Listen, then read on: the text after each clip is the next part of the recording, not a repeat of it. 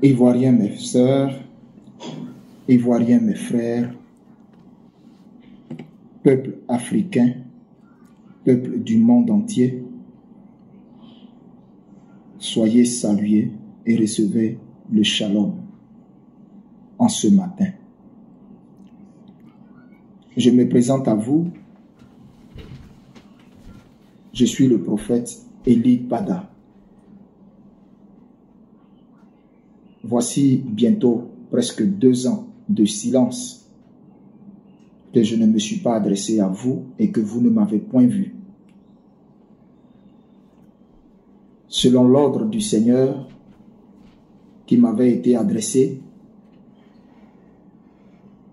en décembre 2023, le Seigneur m'avait dit, à la préparation de la traversée de fin d'année qui allait nous introduire dans l'année 2024, le Seigneur m'avait dit de ne pas me rendre à la veillée qui avait été organisée par mon église. Et il m'en avait donné les raisons, parce qu'il m'avait fait clairement savoir que ma vie était menacée. Ma vie avait sérieusement été menacée et est sérieusement menacée pendant même que je vous fais cette adresse. Le Seigneur, le Dieu que je sers fidèlement avec dévotion, avec abnégation et résilience, a pris soin de m'avertir de tous les plans et tous les projets macabres qui étaient concoctés dans le secret pour porter atteinte à mon intégrité physique. Et c'est le cœur déchiré que je n'ai pas pu me rendre à la veillée de la traversée 2023-2024. Et sur son ordre, il m'a dit d'aller là où lui, il m'indiquerait et de rester là, de me tenir dans sa présence, de demeurer en prière jusqu'à ce qu'il me dise de ressortir, jusqu'à ce qu'il m'instruise à nouveau. J'espère que vous vous souvenez de ces paroles. Et frères et sœurs, si je sors ce matin, c'est parce que Dieu m'a demandé maintenant de sortir. Dieu m'a dit, l'heure est grave. Il faut que je sorte et que l'on m'entende. Il faut que je fasse connaître son dessein, sa volonté et son plan. Voici pourquoi vous me voyez devant vous. Je voudrais, avant tout propos, vous dire que je me porte bien, comme vous pouvez le constater. Je n'ai pas cessé de prier. Je n'ai pas cessé d'être sur des montagnes à n'en point finir, à jeûner, à me tenir devant le Seigneur pour vous, pour ma nation, pour mon peuple, pour l'église de Côte d'Ivoire, pour le réveil en Côte d'Ivoire et en Afrique et dans toutes les nations. Frères et sœurs, où est-ce que je me trouve en ce moment? Je ne pourrais vous le dire. Pour des besoins sécuritaires, je ne vous ferai point connaître là où je me trouve. Mais sachez, comme vous me voyez, que je vais bien. Dieu a été bon envers moi. Dieu a reconnu que je n'ai été coupable de rien du tout, si ce n'est d'annoncer son plan, sa parole et ses décrets. Et ce faisant, il a usé de fidélité et de bonté envers moi, en épargnant ma vie, en me gardant jusqu'au jour d'aujourd'hui. Je voudrais vous dire, ça n'a pas été facile. Ça n'a pas été facile. Ma vie a été éprouvée comme vous n'avez pas idée. Ça n'a pas été facile. Parce que nul n'est préparé à ce genre de situation dans laquelle je me trouve. Et je n'avais pas du tout imaginé que cela prendrait le temps que ça a pris. Ça a été difficile de me tenir loin de la chair, loin de mon église, loin de ce que je sais faire et de ce que j'aime faire le plus, à savoir prêcher Jésus-Christ. Ça a été un combat. Ça a été un combat. ça a été des larmes, ça a été des cris, ça a été des pleurs, ça a été des temps devant le Seigneur à demander à Dieu, Seigneur, pourquoi moi? Pourquoi moi? Pourquoi moi? Et la réponse que le Seigneur me donnait était, pourquoi pas toi? Pourquoi pas toi? Je vais vous dire ce matin, on ne se choisit pas soi-même, on ne s'appelle pas soi-même. Je n'ai pas fait une lettre de créance pour demander à Dieu de m'appeler à le servir. C'est le Seigneur lui-même, dans sa volonté souveraine, qui m'a appelé à le servir en tant que prophète. Il m'a imposé le sacerdoce de prophète. Je ne savais pas que je serais prophète. Je ne savais pas. Et je n'avais jamais un jour imaginé cela. Non. Vous savez, la Bible dit, l'homme a mis un projet dans son cœur, mais seule la volonté de l'Éternel s'accomplit. Et c'est la volonté de l'Éternel qui a été imposée à moi, qui s'est imposée à moi et qui a fait de moi prophète. Pour vous dire, je ne prophétise contre personne. Je ne parle contre personne. Je ne suis l'ennemi de personne. Je ne suis l'ennemi d'aucune autorité politique. Je ne suis l'ennemi d'aucune nation. Je ne suis l'ennemi de personne. Mais bien au contraire, je suis la voix, le porte-parole, le messager du Seigneur auprès de ma nation, auprès des nations, auprès des peuples, auprès de tous les enfants de Dieu. Épris de Jésus-Christ, épris de paix, épris d'amour, épris de vérité. Ce matin, je voudrais vous dire, mon épreuve, ma persécution, je la supporte, je la bois. Je la supporte, tant bien que mal. Parce qu'elle m'a été imposée par le Seigneur. Simplement à cause de ce que j'ai voulu être un prophète de vérité. M'inscrire dans la vérité. En disant la volonté parfaite du Seigneur. En ne m'inscrivant pas en faux. En ne corrompant pas le message du Seigneur.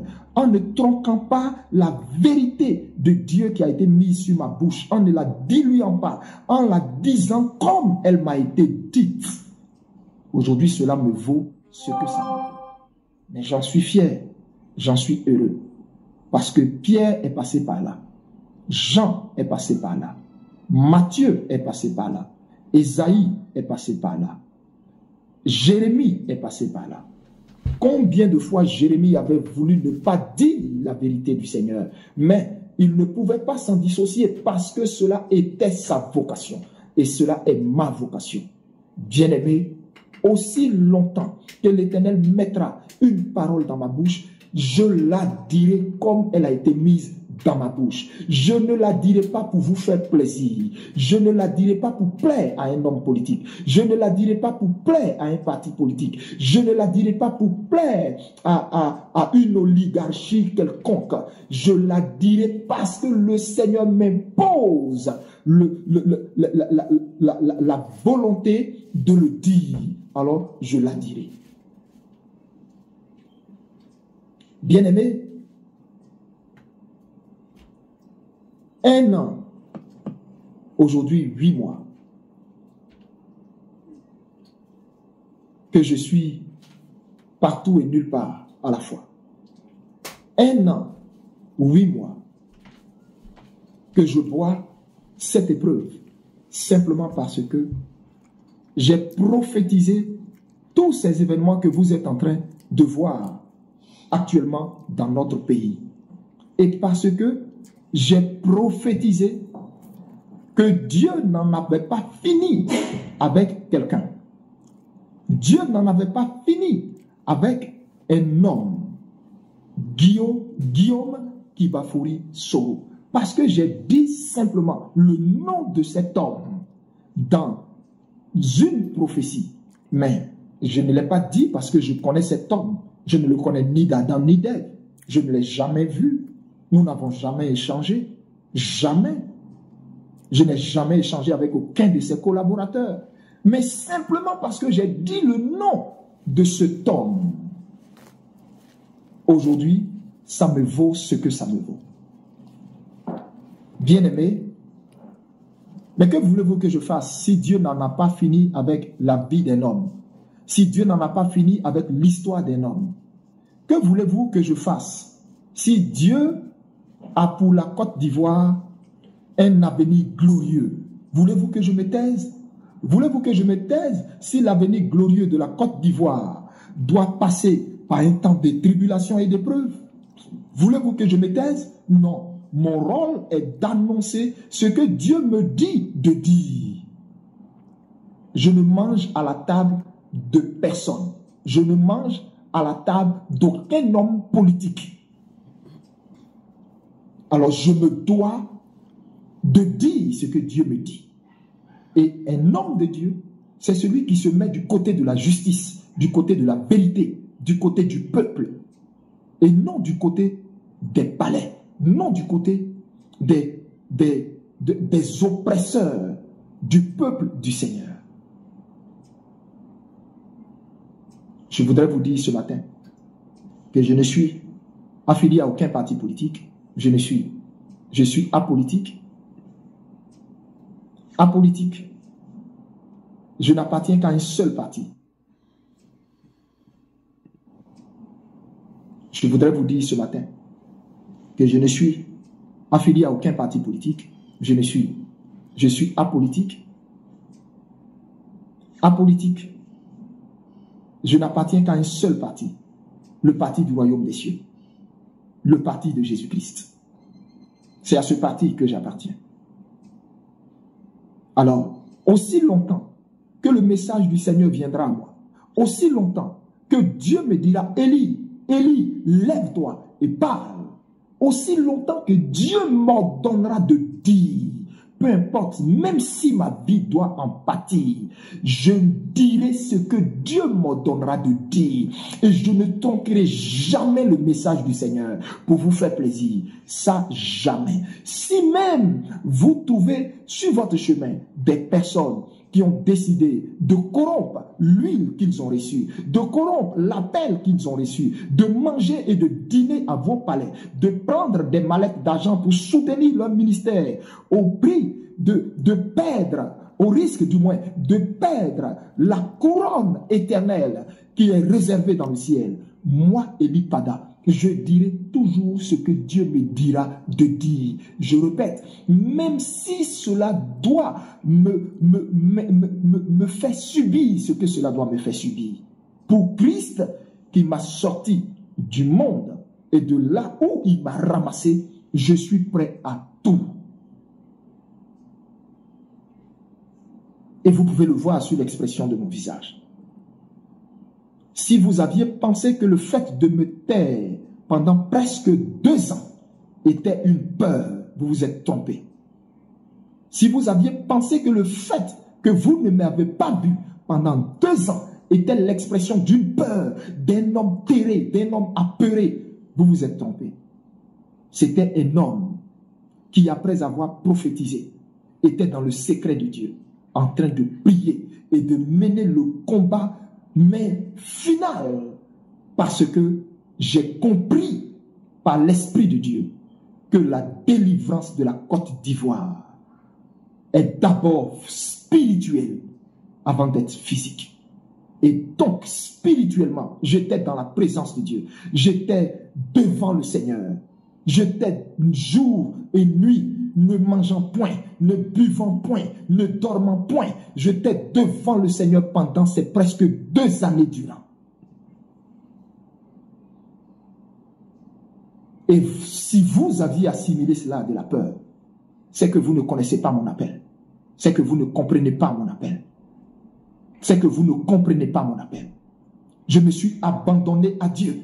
Je me suis livré à Dieu pour ne point m'embellir, pour ne point ressembler à aucun autre, pour ne point plaire à personne. Je me suis abandonné au Seigneur pour être le sacrifice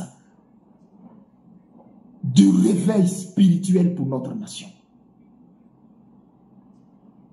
Bien-aimés,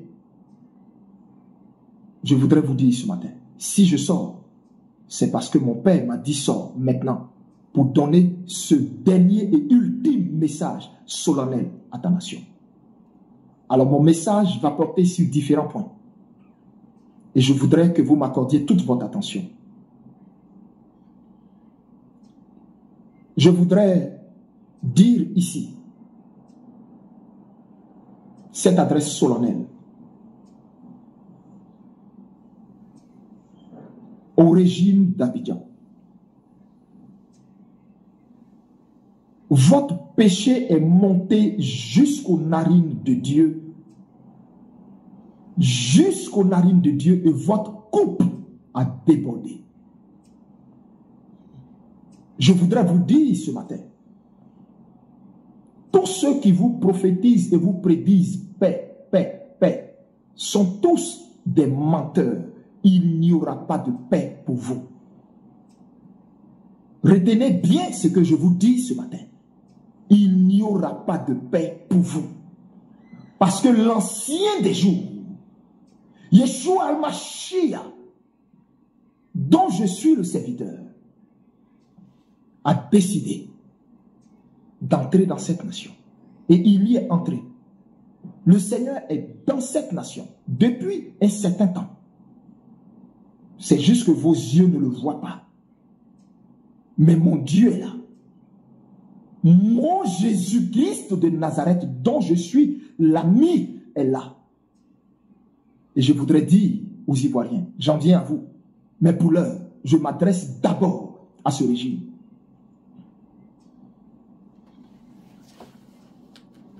C'était mon Dieu qui vous avait donné ce pouvoir. C'était mon Dieu qui vous avait mis là pour un temps. Mon Dieu m'amène à sortir pour vous dire, le temps où il vous avait mis là est fini. Mon Dieu m'amène à sortir pour vous dire, le temps où il vous avait mis là est fini. Le temps où il vous avait mis là est fini. Je reprends. Mon Dieu dit, c'était lui qui vous avait mis là pour un temps. Il vous avait mis là pour un temps. Ce temps où il vous a mis là est fini. Est-ce que vous comprenez cela? Ce temps est fini. Vous ne pourrez plus rien faire pour prolonger ce temps. C'est fini. Tous ceux qui défilent dans votre palais et qui vous disent que quelque chose peut être encore possible, vous mentent. Ce temps est fini. Et vous le verrez et vous le saurez cette année même. Ce temps est fini. Le temps que Dieu vous avait donné pour châtier son peuple, parce que ce peuple s'était rebellé et détourné de lui, ce temps-là est fini. On ne frappe pas indéfiniment l'enfant de quelqu'un à un moment donné, même si vous êtes l'oncle et le père vous dit, comme il a déconné, vas-y, il faut le punir. Même quand le père vous dit ça, ça ne veut pas dire que le père content est d'accord avec votre façon de punir son enfant. Il arrivera un temps où le père va estimer que assez, c'en est assez. Trop, c'est trop. Et vous êtes entré dans la ligne rouge du Seigneur. Et c'est fini. Je répète, c'est fini. Je vous le dis dans les yeux, c'est fini.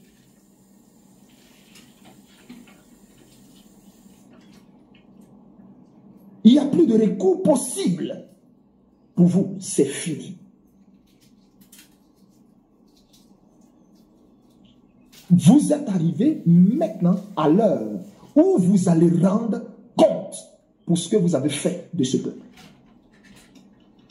Vous êtes arrivé à l'heure où vous allez rendre compte pour chaque goutte de larmes qu'a versé chaque Ivoirien. Vous êtes arrivé à l'heure où vous allez rendre compte pour chaque dommage fait à chaque Ivoirien. Vous êtes arrivé dans le temps où vous allez rendre compte pour chaque amertume causée à chaque citoyen ivoirien.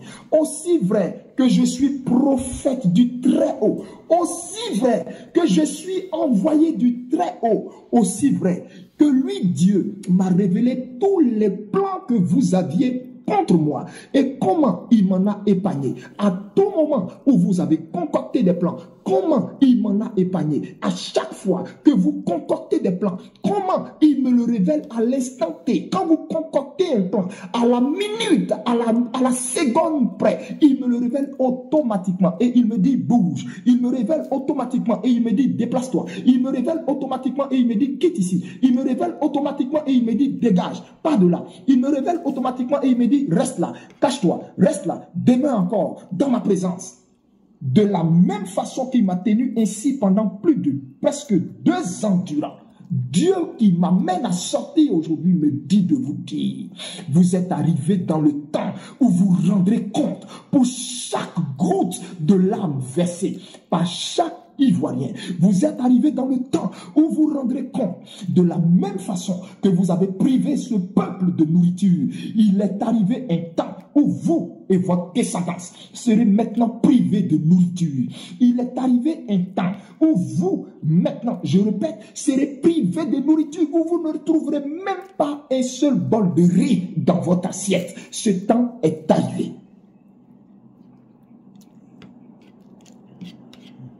Est-ce que j'ai quelque chose contre vous? Non, je n'ai rien contre vous. Je suis prophète du Dieu vivant et j'annonce ce que Dieu me dit d'annoncer. Je dis ce que Dieu me dit de dire. Je dis ce que Dieu m'ordonne de dire. C'est tout. Je n'ai rien contre vous. Je n'ai rien contre vous.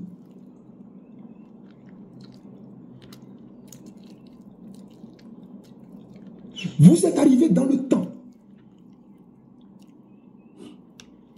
où la verge avec laquelle vous avez frappé ce peuple, la même verge, cette même verge avec laquelle vous preniez plaisir,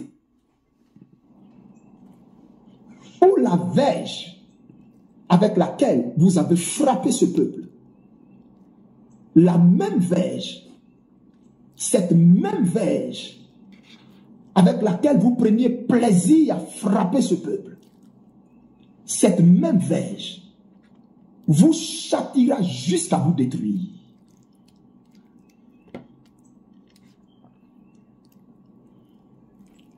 Je vous fais part des oracles qui descendent directement du cœur de Dieu.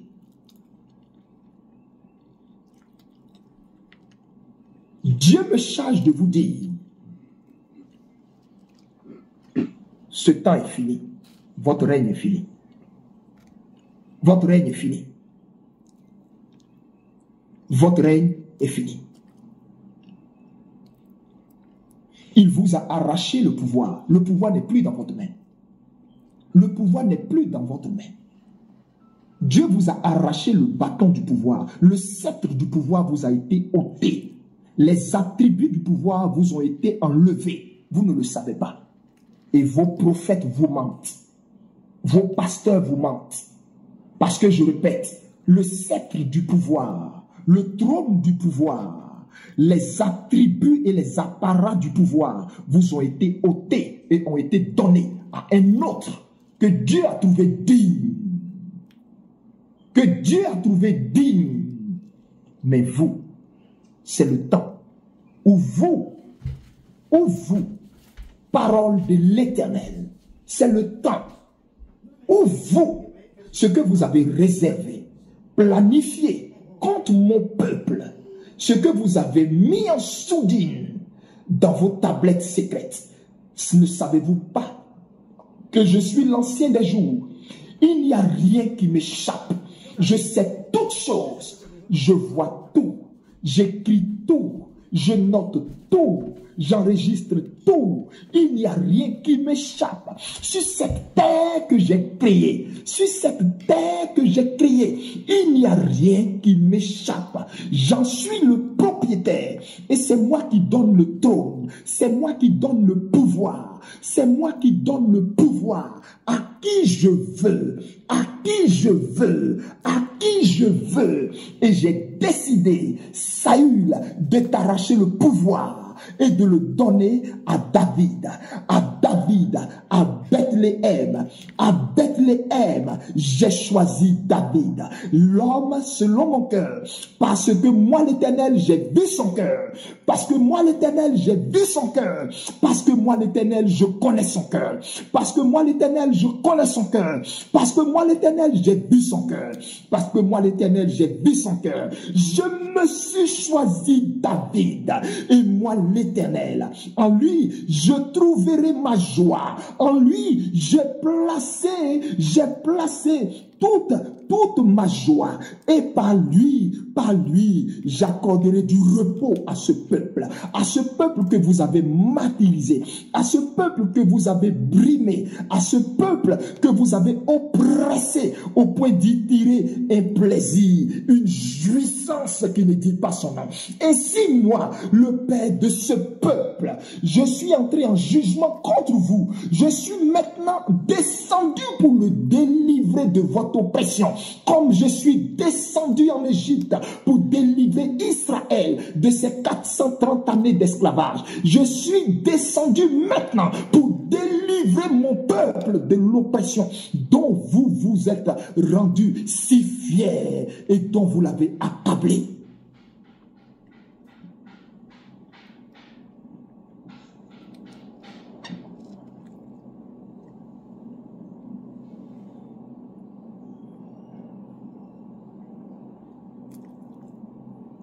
Je suis l'ancien des jours. C'est le temps pour vous de payer. C'est le temps pour vous de me rendre des comptes. C'est le temps pour vous de me rendre des comptes. C'est le temps pour vous de me rendre des comptes.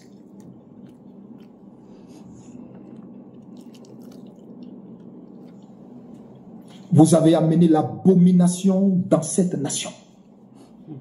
Vous avez érigé des autels de Baal dans cette nation, des autels d'Astarté dans cette nation, des autels de Sirène dans cette nation, des autels de Jézabel dans cette nation, des autels de Mamiwata dans cette nation, pour m'irriter, pour me pousser à m'irriter contre ce peuple.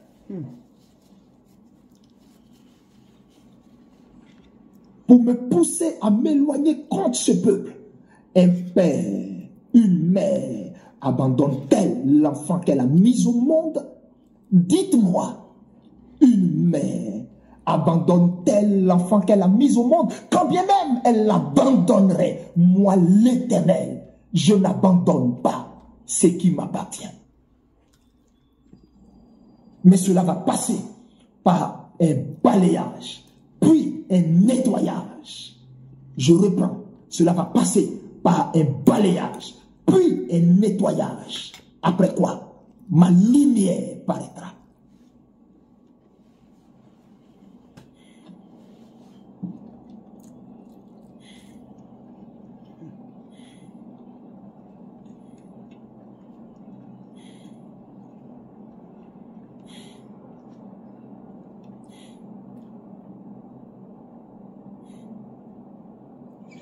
Sachez ceci. Sachez ceci.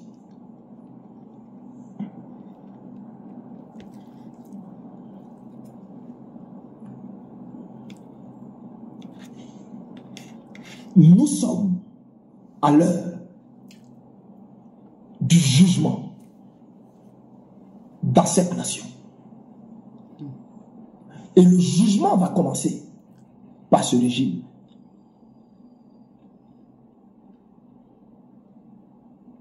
Le jugement de Dieu va commencer par ce régime. Je le répète, le jugement de Dieu va commencer par ce régime. Il n'y en a aucun qui échappera à la main de l'Éternel. Il n'y en a aucun qui échappera à la main de l'Éternel. Là où vous croyez fort, où vous croyez fort, et où vous êtes d'un orgueil qui ne dit pas son nom, vous serez la risée dans peu de temps. Mais vous serez la risée dans peu de temps. Telle l'image de mon serviteur, telle l'image du président Laurent Gbagbo a fait le tour du monde sur les médias internationaux. Tel le sort que moi, l'Éternel, je vous réserve, restera gravé dans les mémoires.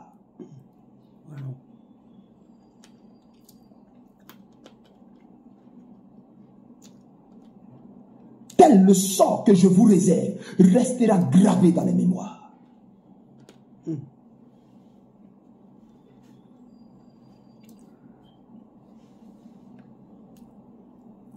Il en sera ainsi, car ma parole ne retournera point à moi sans accomplir ce pourquoi elle est sortie et ce pourquoi j'ai fait sortir mon prophète.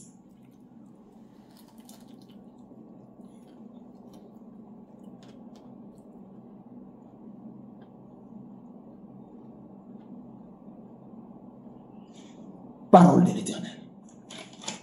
Alors, je voudrais, chers Ivoiriens, vous dire ceci.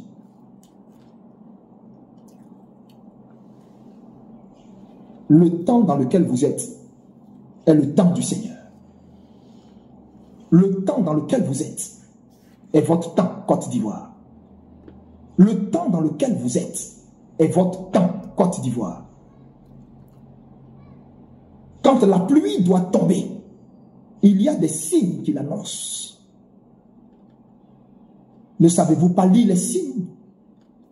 Ne savez-vous pas voir et comprendre les signes pour comprendre que vous êtes dans votre saison, pour comprendre que vous êtes dans le temps et que c'est le temps du Seigneur?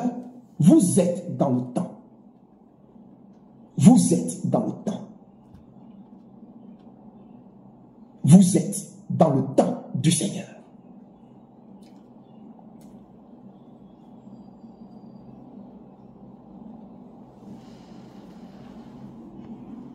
Je voudrais dire ceci. Écoutez-moi très bien. Écoutez-moi très bien. Je voudrais dire ceci.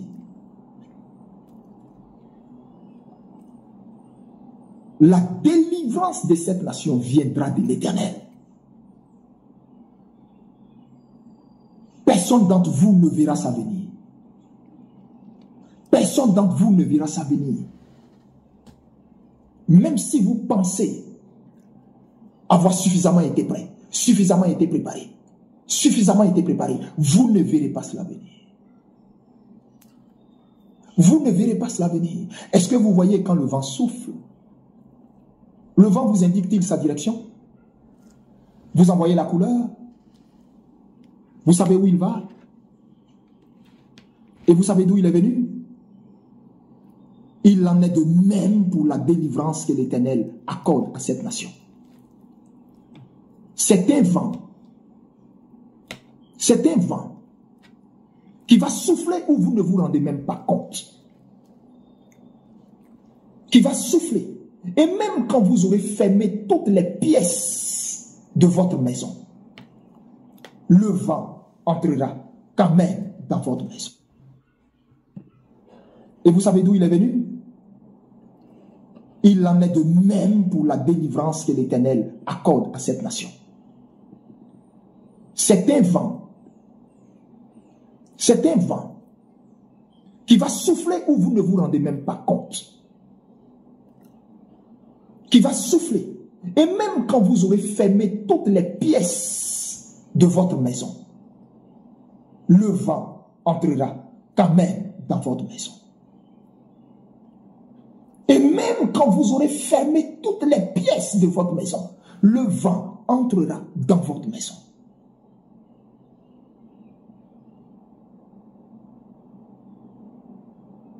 Parce que simplement, Dieu veut que la gloire lui soit donnée à lui. Et Dieu va faire souffler un vent qui va venir d'Orient, le vent de la délivrance. Et ce vent va souffler dans notre nation et va emporter tout sur son passage. Tout sur son passage. Ce vent va souffler ceux qui se croient fermement debout, enracinés, qu'ils prennent garde de tomber. Qu'ils prennent garde que leurs racines soient assez fragiles pour ne pas supporter ce vent. Mais ce vent va souffler et passer. Vous ne pourrez rien faire pour empêcher ce vent. Vous ne pourrez rien faire pour empêcher ce vent.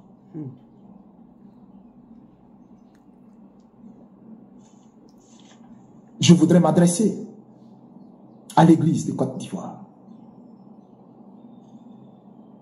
Église, le temps où tu vas également être jugé est arrivé. Parce que dans ce vent qui va passer, Dieu va te juger.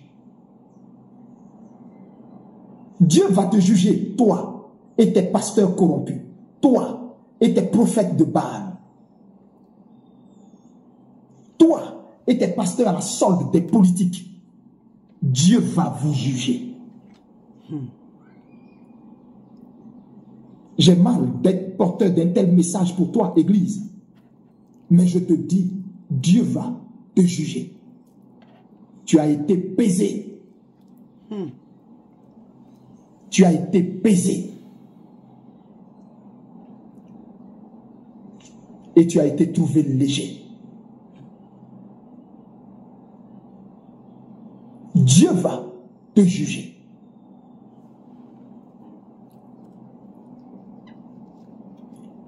Dieu va faire passer sa main et remplacer plusieurs personnes à la tête de l'église. Et Dieu va apporter à son église un souffle nouveau.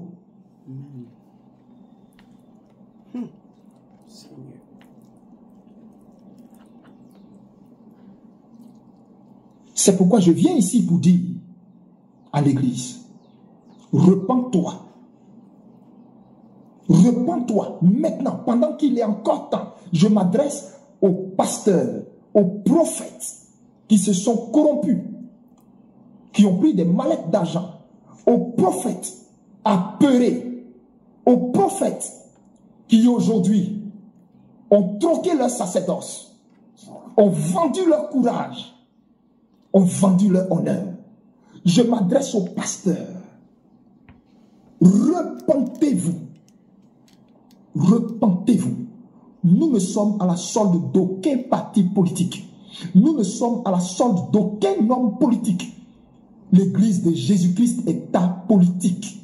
L'église de Jésus-Christ est du côté du peuple. Comment pouvez-vous prétendre parler de la part de Jésus-Christ et vous ranger du côté de ses oppresseurs? Comment pouvez-vous dire que vous représentez Jésus-Christ et être amis à ceux qui oppriment le troupeau de sa bergerie? Quel genre de gardien êtes-vous? Quel genre? Le cœur du Seigneur mal. Et le Seigneur dit qu'il traitera son église dans toute sa rigueur. Il épurera son église. Il épurera son église de tout ce qui a infecté son église.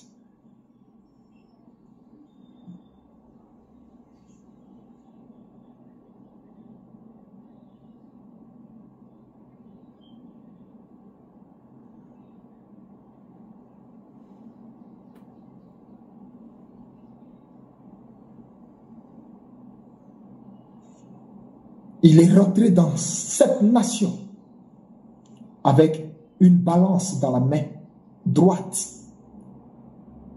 et une épée dans la main gauche. Alors, j'aimerais vous saluer, ok, et j'espère que vous avez écouté.